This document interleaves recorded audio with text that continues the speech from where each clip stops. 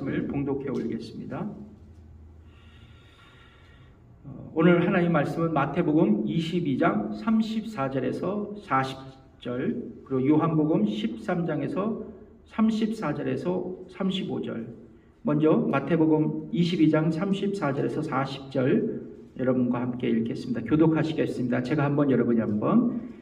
예수께서 사두개인들로 대답할 수 없게 하셨다 함을 바리새인들이 듣고 모였는데, 그 중에 한 율법사가 예수를 시험하여 묻되, 선생님이여, 율법 중에 어느 계명이 크나이까?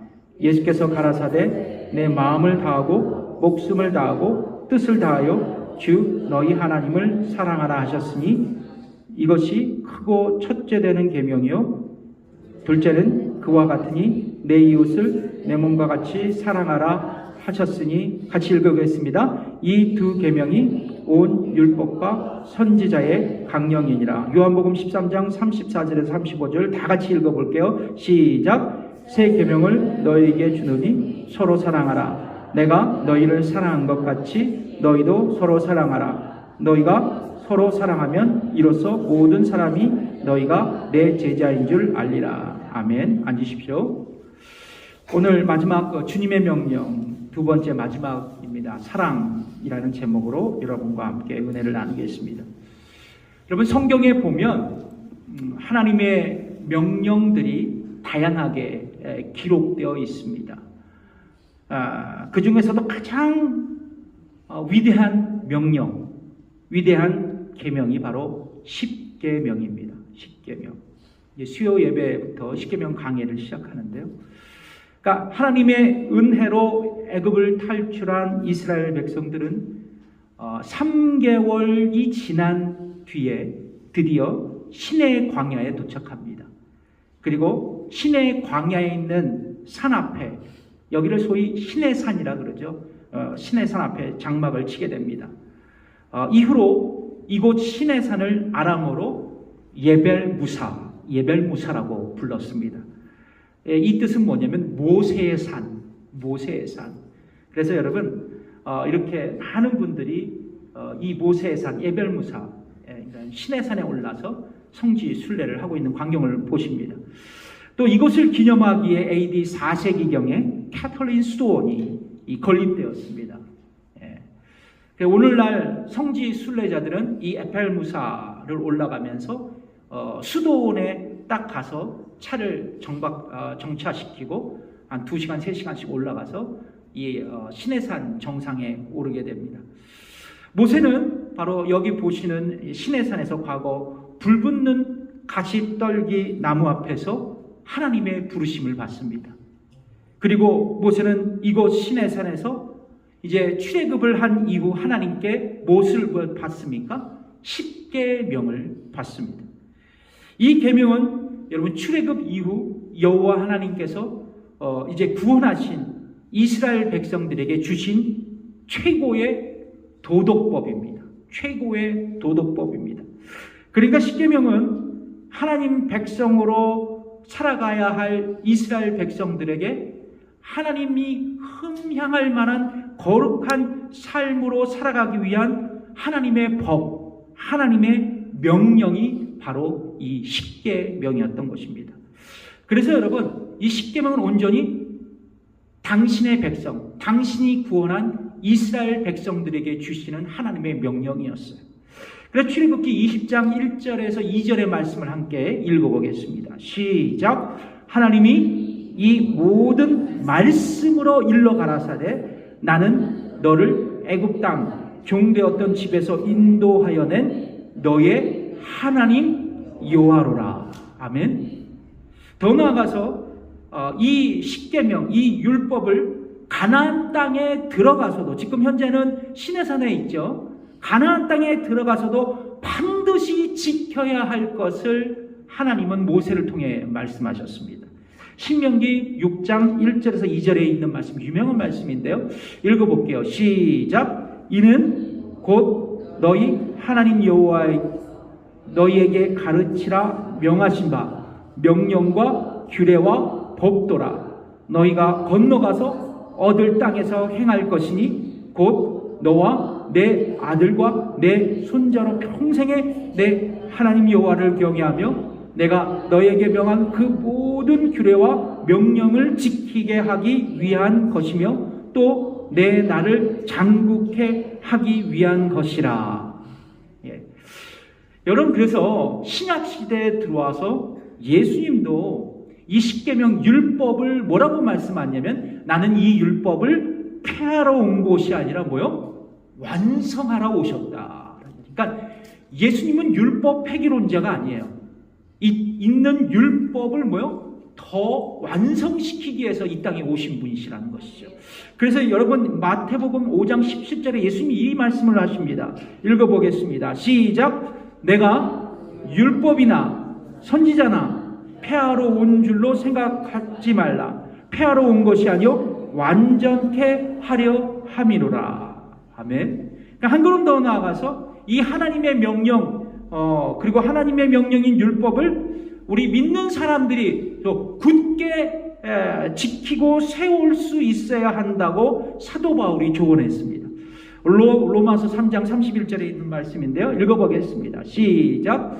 그런즉 우리가 믿음으로 말미암아 율법을 폐하느뇨 그럴 수 없느니라. 도리어 율법을 굳게 어떻게 한다고요? 세우느니라. 그러니까 여러분 우리가 이 지점에서 중요한 영적인 진리를 발견할 수 있어요.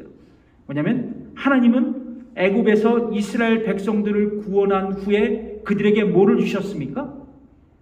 십계명을 주셨다는 거예요. 소위 구원받은 이스라엘 백성들이 향후 지켜야 할 하나님의 명령을 받았다는 것이죠. 자, 동일하게 이것입니다. 우리도 구원받은 다음 우리도 이스라엘 백성과 동일하게 지켜야 할 하나님의 명령이 있다는 것이죠. 그것을 오늘 이 본문에서는 우리에게 가르쳐주고 있습니다. 자, 그렇다면 성경은 구원받은 이후 그리스도인들이 반드시 지켜야 할 주님의 명령을 어떻게 말씀하고 있는가? 첫 번째입니다. 읽어볼까요? 시작. 하나님을 사랑해야 한다는 명령입니다. 누구를 사랑해야 한다고요? 하나님을 사랑해야 한다. 여러분 십계명 여러분 중에 정직하게 십계명을 어설프게라도 외우고 있는 분이 계십니까? 대충 모르겠어요. 저는 그렇게 별로 없을 거라 생각을 합니다. 자, 그래서 좀 준비했어요. 십계명을 쉽게 외울 수 있는 방법들을 소개해 드립니다. 그래서 첫 글자를 따서 쉽게 연상법을 이용해서 외우는 방법이 있어요. 그러니까 여러분 1, 2, 3 선창해 주시면 제가 읽어드리겠습니다. 자, 1 한번 외쳐볼까요? 시작. 1. 일단 다른 신을 내게 두지 말라. 자, 두 번째 시작. 이상한 우상을 만들지 말라. 다시 시작. 3. 삼가 여호와의 이름을 망령되이 일컫지 말라. 그리고 4. 사업 핑계로 안식일을 범하지 말라. 자, 다시 한번 5 시작. 5. 오만이 아버지를 공경하라. 6 시작. 6. 육신의 생명이 누구의 생명이든 해치지 말라. 자, 7. 칠보단장한 여인을 조심하라. 자, 8. 팔팔한 힘을 가지고 남의 것을 빼앗지 말라. 자, 9. 구라치지 말라. 거짓말하지 말라 그러니까요. 자, 마지막 10. 10원이라도 남의 것을 탐하지 말라. 금방 외우더라고요. 십계명을 이렇게 외우면 금방 외웁니다. 자, 그런데 이 10가지의 하나님의 계명을 예수님은요, 오늘 본문에서 2가지로 축약하셨습니다. 뭐라고 말씀하셨냐? 마태복음 22장 37절에서 39절을 다시 한번 읽어볼까요? 시작. 예수께서 가라사대 내 마음을 다하고 목숨을 다하고 뜻을 다하여 주 너희 하나님을 사랑하라 하셨으니 이것이 크고 첫째 되는 계명이요 둘째는 그와 같으니 내 이웃을 내 몸과 같이 사랑하라. 그러니까 예수님은 십계명의 그 10가지의 내용을 2가지로 요약하셨는데 뭐요? 하나님의 사랑, 이웃 사랑으로 요약하셨어요. 그래서 예수님은 십계명의 정신을 2가지로 생각하신 거예요. 하나님 사랑, 이웃 사랑. 근데 이 예수님의 그 십계명의 해석은요, 우리가 십계명을 이렇게 자세히 관찰해 보면 금방 알 수 있더라고요. 여러분, 다른 신을 내게 두지 말라. 그리고 우상을 만들지 말라. 그리고 하나님의 이름을 망령되이 일컫지 말라.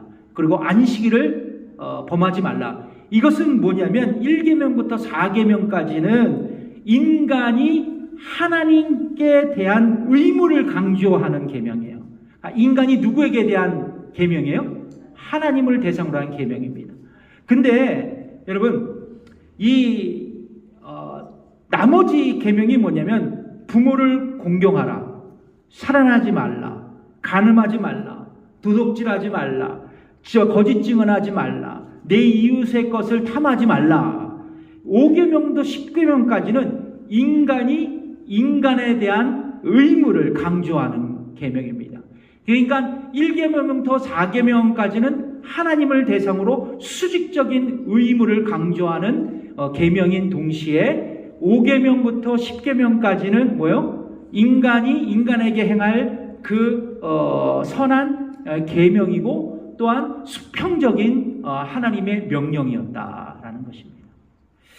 자, 그래서 여러분, 그런데 특별히 예수님은 오늘 본문에서 하나님에 대한 사랑이 크고 첫째 되는 계명이라고 말씀하고 있습니다. 그러니까 예수님이 생각하는 십계명의 정신은 first가 뭐예요? 하나님 사랑. 그 다음이 이웃 사랑입니다. 근데 예수님 편에서는 다 중요해. 그런데 무엇보다 누구의 사랑이 중요하다? 하나님에 대한 사랑이 중요하다. 예수님은 말씀합니다. 그래서 여러분, 이것이 마태복음 22장 38절에 뭐라고 말씀하세요? 시작! 이것이 크고 첫째 되는 계명이다. 그래서 여기 첫째 되는 계명이라는 뜻은 뭐냐면 순서적인, 시간적인 순서의 의미도 있어요. 근데 더 강한 의미는 뭐냐면 중요성의 경종에 따라서 먼저 고려해야 할 부분이 뭐냐, 우선순위가 뭐냐라는 의미를 갖고 있습니다. 그러니까 하나님에 대한 사랑이 우선순위라는 것을 지금 예수님께서 우리에게 말씀하고 있는 것입니다. 그렇다면 여러분, 제가 곰곰이 묵상을 해봤어요. 그러면 우리가 하나님을 사랑해야 할 이유가 뭔가? 이것도 성경을 보니까요, 여러 가지 다양한 이유들이 나오더라고요. 그런데 저는 이것을 뽑아봤어요. 로마서 5장 8절에 있는 말씀입니다. 읽어볼까요? 시작! 우리가 아직 죄인 되었을 때 그리스도께서 우리를 위하여 죽으심으로 하나님께서 우리에게 대한 자기의 사랑을 확증하셨느니라 말씀하고 있습니다. 그러니까 우리에게 확증하신 하나님의 사랑이 뭐라고 성경은 말씀하고 있습니까? 그리스도께서 우리를 위하여 죽으신 십자가의 사건으로 선언하고 있어요. 그러니까 뭐냐면 예수 그리스도께서 죄인인 우리를 위해 십자가에 속죄하시고 구원을 성취하신 사건이 바로 우리를 향하신 하나님의 확정된 사랑이라고 오늘 본문은, 아니 로마서 5장 8절은 우리에게 말씀해주고 있는 거예요. 여러분, 그래서 당신의 아들을, 하나님의 아들을, 죄인인 우리를 위해 구원하시기에 아낌없이 주신 하나님의 사랑을 성경은 우리에게 지금 말씀하고 있는 거예요. 근데 여러분, 굉장히 재밌는 거는 뭐냐면 이 구절에서 확증하셨다라는 말씀이 나오죠. 확증하셨다. 이 단어를 관찰해 보면 놀라운 사실을 발견할 수 있더라고요. 이 단어를 헬라어 문법상으로 보니까 현재 능동형으로 쓰여 있습니다. 현재 능동형. 근데 이 현재 능동형의 헬라어 문법의 의미는 뭐냐면 계속적이고 반복적인 거예요. 그러니까 뭐냐면 하나님의 사랑으로 이루어진 십자가의 구원의 효력은 과거에도 그리고 지금도 앞으로도 계속된다는 것입니다. 계속된다는 거예요. 그러니까 하나님의 사랑으로 확증된 십자가의 구원의 사건은 뭐요? 변함이 없다라는 거예요. 그 구원을 상실할 수도 없다는 겁니다. 누구도 빼앗을 수 없다라는 거예요. 그래서 완전한 구원이다. 하나님의 사랑으로 확증된 예수 그리스도의 십자가의 구원의 사건은 우리에게 확증된 사건이다. 변할 수 없는 사건이다. 성경 우리에게 말씀하고 있습니다. 그래서 예수님은 이렇게 우리에게 말씀하셨죠. 요한복음 10장 28절에서 29절에 있는 말씀입니다. 읽어보겠습니다. 시작. 내가 저희에게 영생을 주노니 영원히 멸망치 아니할 터요. 또 저희를 내 손에서 빼앗을 자가 없느니라. 저희를 주신 내 아버지는 만유보다 크심에 아무도 아버지 손에서 빼앗을 수 없느니라. 아멘. 그러므로 여러분, 우리가 하나님을 사랑해야 할 가장 중요한 이유는 우리를 구원하시기 위해 아낌없이 당신의 아들을 우리에게 내주셨기 때문에 그래요.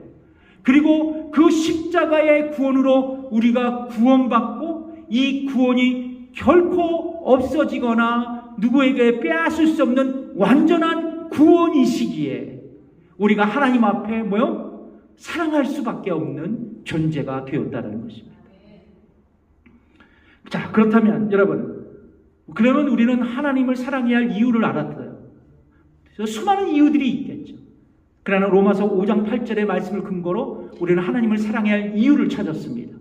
자, 그렇다면 우리는 하나님을 어떻게 사랑해야 하나? 오늘 본문에 보니까 내 마음을 다하고 내 목숨을 다하고 뜻을 다하여 주 너희 하나님을 사랑하라고 말씀하셨습니다.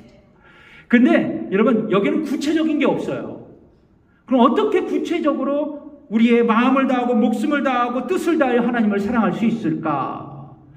묵상하다 보니까 전도서가 생각이 나더라고요. 전도서가. 그래서 전도서 12장 13절의 말씀을 같이 읽어볼게요. 시작. 이래 결국을 다 들었으니 하나님을 경외하고 그 명령을 지킬지어다. 이것이 사람의 본분이니라. 아멘. 여러분, 사랑은 지난번에도 말씀드린 것 같은데요, 추상명사가 아닙니다. 즉 마음과 생각으로만 사랑하면 사랑이 아니죠. 마음과 생각으로 사랑하면 그걸 뭐라 그래요? 짝사랑이라고 얘기합니다. 여러분, 사랑은 항상 동사해야 된다는 거예요. 사랑은 구체적이고 그래서 구체적인 결단과 행동이 뒤따라가야 사랑이라고 말할 수 있습니다. 성경은 우리에게 하나님을 사랑하는 구체적인 방안을 오늘 이 전도서의 말씀을 통해서 두 가지로 제시하고 있습니다. 첫 하나는 뭐냐면 하나님을 경외하는 삶이에요. 하나님을 경외하는 삶입니다. 여러분, 하나님을 경외하는 것은요, 이거예요. 우리의 삶의 모든 영역에서 하나님의 주권을 인정하는 가운데 하나님을 전적으로 믿고 의지하며 순종하는 삶의 자세를 말하는 거예요. 다시 한번 읽어드릴게요. 삶의 모든 영역에서 하나님의 주권을 인정하는 가운데 하나님을 전적으로 믿고 의지하며 순종하는 삶의 자세를 뭐라 그런다고요? 하나님을 경외한다라는 말을 할 수 있어요. 이것은 하나님을 우리의 자신의 인생의 주인 되심을 인정하면서 나의 모든 것이 하나님께 달려있다라는 신앙의 고백이에요. 그러니까 이 고백을 들으신 하나님은 어떻게 하셨을까? 얼마나 기뻐하실까? 우리를 보실 때 얼마나 사랑스러워 하실까? 그래서 하나님을 나의 인생의 주인 되심을 인정하면서 나의 모든 것이 하나님께 달려있음을 고백하는 우리의 태도, 그게 잠언서 16장 9절에서 이렇게 말씀하고 있습니다. 읽어보겠습니다. 시작. 사람이 마음으로 자기의 길을 계획할지라도 그 걸음을 인도하시는 자는 누구시다고요? 여호와 하나님이시라고 말해요. 아멘. 하나님을 인정하는 삶에 걸어가는 신자들의 생각들이에요. 태도입니다. 그래서 하나님을 경외하는 성도는 자신에게 있는 지혜와 명철을 의지하기보다는 하나님을 의뢰하는 사람이 될 수 있어요. 그게 바로 잠언서 16장 3절에 말씀합니다. 읽어보겠습니다. 시작. 너의 행사를 여호와께 맡기라. 그러면 너의 경영하는 것이 이루어지리라. 아멘. 자, 다른 하나는 뭐냐면 하나님을 구체적으로 우리가 사랑할 수 있는 것은 하나님의 명령에 순종하는 삶이에요. 여러분, 이거는 그냥 상식적으로 말씀을 드리는 거예요. 사랑하는 사람이 나에게 뭔가를 부탁하고 요구할 때는 정상적인 사람이라면 뭐요? 그 사람의 요구와 부탁을 들어줍니다. 그게 힘들고 어려운 일일지라도 목숨 걸고 그 부탁을 들어줘요. 그런데 반대로 사랑하지 않는 사람이, 그리고 낯선 사람이 나에게 부탁하거나 요구할 때는 우리에게는 부담으로 작용합니다. 왜 그러나 그렇게 생각할 수 있다는 거죠. 이거는 인간 사회에도 동일한 거지만 하나님과 우리의 관계에도 마찬가지라는 겁니다. 하나님을 사랑하면 당연히 하나님의 말씀에 순종할 수 있습니다. 반대로 하나님의 말씀을 순종하는 성도는요, 하나님을 지극히 사랑하는 성도예요. 그래서 예수님은 우리에게 이렇게 말씀하세요. 요한복음 14장 23절에서 24절에 있는 말씀을 읽어보겠습니다. 시작. 예수께서 대답하여 가라사대 사람이 나를 사랑하면 내 말을 지키리니 내 아버지께서 저를 사랑할 것이요 우리가 저에게 와서 거처를 저와 함께 하리라. 나를 사랑하지 아니하는 자는 내 말을 지키지 아니하나니. 사랑하면 지키고 사랑하지 않으면 지키지 않는다. 이 예수님은 벌써 아신 거란 말이죠. 그렇습니다. 성경은 하나님을 경외하고 그분의 말씀을 지키는 것이 사람의 본분이라고 말씀합니다. 피조물인 인간의 본분이라고 말씀하세요. 그렇기 때문에 우리가 하나님의 사랑으로 구원받고 그분의 자녀가 되었다면 당연히 우리가 하나님을 경외하고 그분의 말씀을 순종하는 것이 하나님 자녀의 마땅한 본분이라고 저는 믿습니다. 그러면 여러분, 우리가 하나님을 사랑하나? 어떻게 사랑하나? 성경에 나와 있는 말씀처럼 우리가 순종하면 돼요. 뭐요? 하나님의 말씀을 순종하고 그분을 경외하는 삶을 살아가면 된다는 것이죠.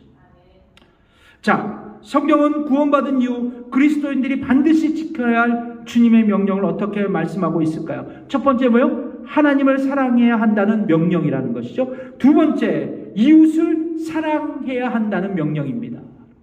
읽어보겠습니다. 시작. 이웃을 사랑해야 한다는 명령이다. 여러분, 마태복음 22장 39절을 읽어보겠습니다. 시작. 둘째는 그와 같으니 내 이웃을 내 몸과 같이 사랑하라 하셨다 말씀합니다. 그러니까 예수님은 또 다른 위대한 계명을 우리에게 말씀하셨는데 이웃 사랑이다라는 것이죠. 그렇다면 여러분, 앞에서도 말씀드렸지만 우리가 이웃을 왜 사랑해야 할까? 서로 왜 우리가 사랑해야 할까? 그 이유가 무엇일까? 요한복음 13장 35절이 그 해답을 주고 있습니다. 읽어볼게요. 시작. 너희가 서로 사랑하면 이로써 모든 사람이 너희가 내 제자인 줄 알리라. 그러니까 이 말씀을요, 그냥 일차원적으로 받지 마시고요, 한번 돌려서 생각해 본다면 예수님의 제자는 서로 사랑하는, 이웃을 사랑하는 삶의 태도를 가져야 한다는 말씀입니다. 예. 여러분, 우리 모두가 예수님을 믿고 구원받았다면, 그리고 예수님을 인격적으로 영접했다면 우리 모두는 제자예요. 이게 제자의 데피니션입니다. 여러분, 제자는 성경 공부를 많이 하고 기도 많이 하고 교회 봉사 많이 한 사람만이 제자가 아니에요. 그건 성숙한 제자고요. 그러나 우리 모두가 예수님께 구원받았다면 모두가 예수님의 제자인 거예요. 신약 성경을 보면 그 제자의 데피니션이 이렇게 소개되고 있어요. 자, 그런데 여러분, 예수님이 우리의 스승이시고 스승이신 예수님께서 우리에게 이웃을 사랑하라고 말씀하셨다면 우리는 예수님의 제자로서 그분의 말씀을 따라야 할 의무가 있는 거예요. 그래서 여러분, 제자로서 예수님께서 말씀하신 사랑을 실천할 수 있어야 된다는 것입니다. 이게 우리가 서로 사랑해야 할, 이웃을 사랑해야 할 가장 중요한 이유예요. 우리의 스승이신 예수님께서 말씀하셨기 때문에. 자, 그런데 그렇다면 우리는 어떻게 사랑을 실천할 수 있을까? 그러니까 예수님, 우리의 스승이신 예수님의 모습을 보면 알겠죠. 어떻게 하셨을까? 여러분 요한복음 13장 34절 말씀을 읽어보겠습니다. 시작. 내가 너희를 사랑한 것 같이 너희도 서로 사랑하라. 어떻게 해요? 우리가 사랑을 어떻게 해요? 내가 너희를 사랑한 것 같이 말씀합니다. 여러분 요한복음 13장 처음부터 보면 예수님께서 이제 영광의 시간이 다가왔어요. 예수님께 영광의 시간이 다가왔다는 건 뭐냐면 예수님의 죽음의 시간이 다가왔다는 것입니다. 그리고 이런 결단을 하셨어요. 요한복음 13장 1절에 있는 말씀입니다. 읽어보겠습니다. 시작. 유월절 전에 예수께서 자기가 세상을 떠나 아버지께로 돌아가실 때가 이른 줄 아시고 세상에 있는 자기 사람들을 사랑하시되 끝까지 사랑하시니라.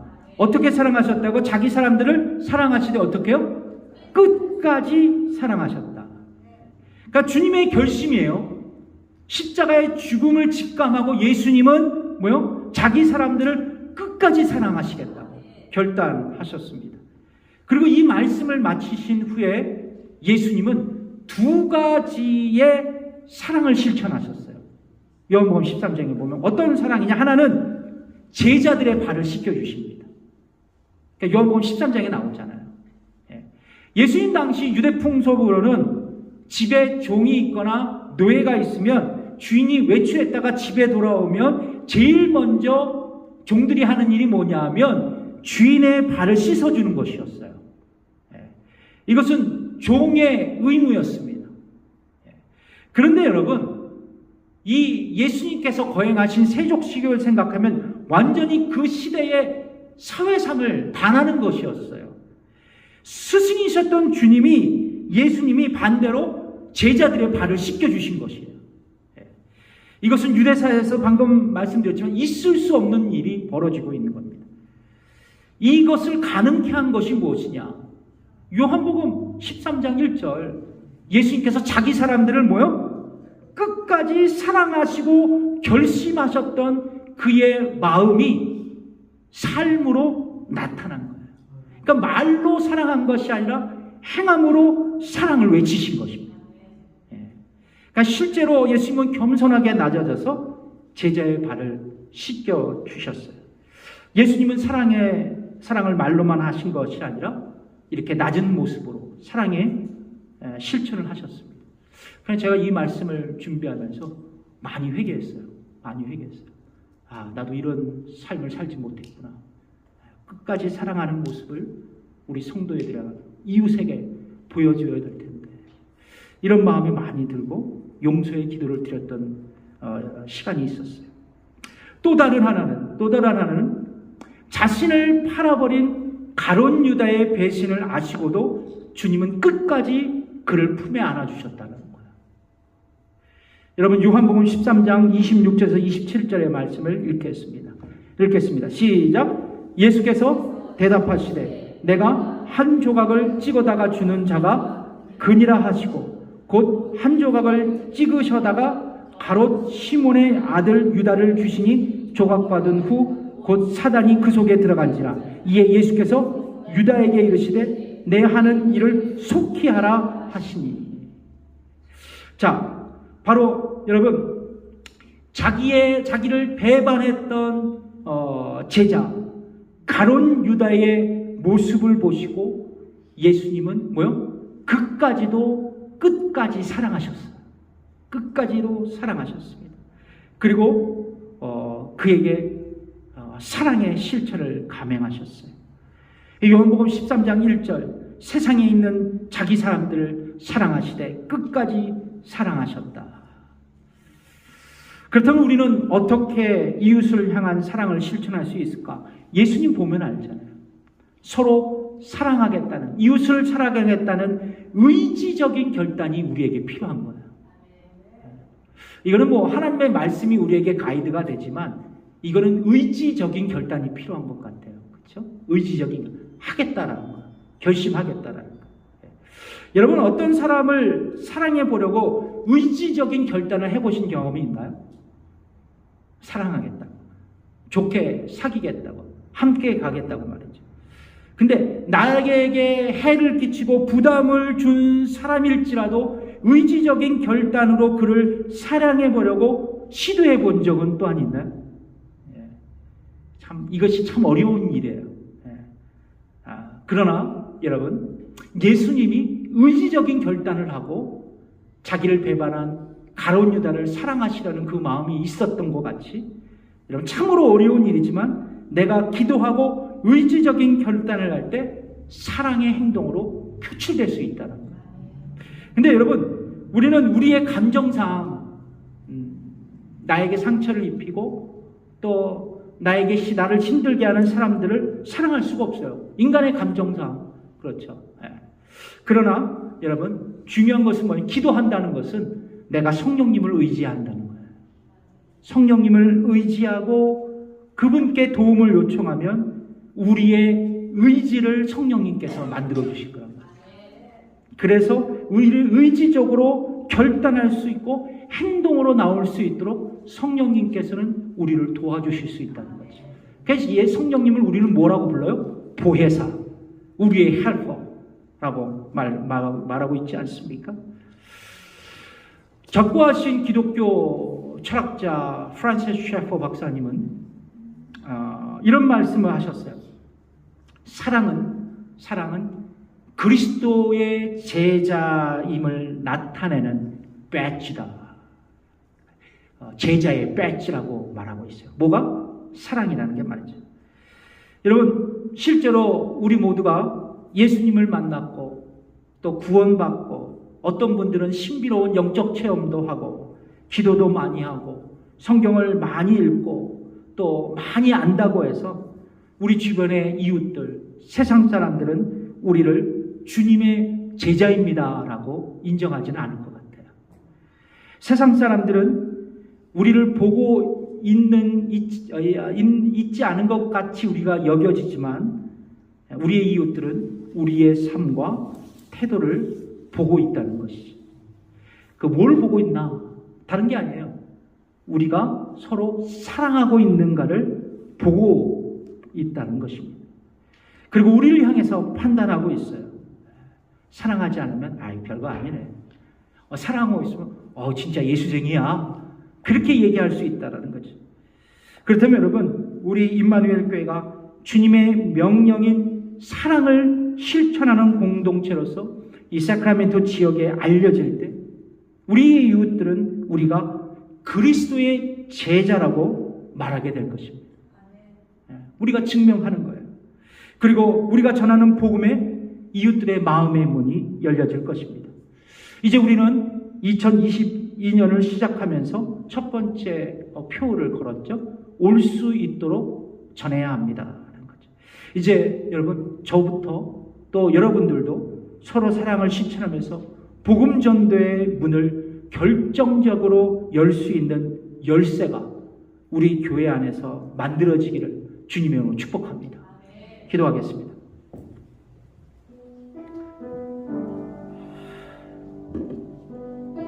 사랑은 그리스도인의 배지입니다. 이 사랑은 그래서 그리스도인들이 가져야 할 가장 중요한 주님의 명령인 것을 믿습니다. 우리 이렇게 기도합시다. 부족하고 연약하지만 그러나 예수님의 모습을 본받아 서로 사랑하고 아껴주고 또 위로하고 또 섬기며 그렇게 살아가는 하나가 되게 해달라고. 내가 먼저 그 일에 헌신하겠다고. 그래서 우리 이웃에게 복음의 전도의 문을 활짝 여는 우리 교회가 되게 해달라고. 우리 함께 기도하시겠습니다. 하나님 아버지 감사합니다. 오늘도 우리 성도님들과 함께 아버지 안에 말씀을 나누며 아버지 하나님 이 시간 함께 아버지 주님 앞에 나아갑니다. 특별히 제자로서의 아버지 하나님 삶을 살아가게 하시며 서로 사랑하며 받아주고 용납하는 우리 모두가 되어 아버지 하나님 우리 이웃에게 복음 전도의 문을 활짝 여는 열쇠 그 사랑이 아버지 하나님 우리 교회에게 이루어질 수 있도록 하나님 도우시고 역사해 주시옵소서. 감사드리며 예수님의 이름으로 기도드립니다.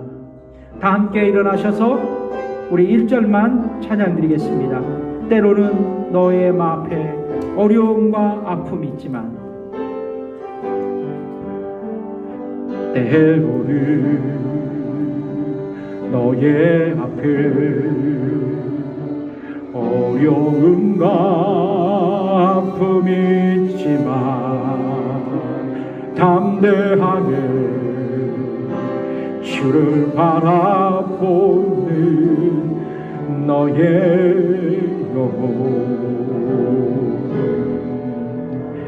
너의 영혼 우리 볼 때 얼마나 아름다운지 너의 영혼 통해 큰 영광 받으시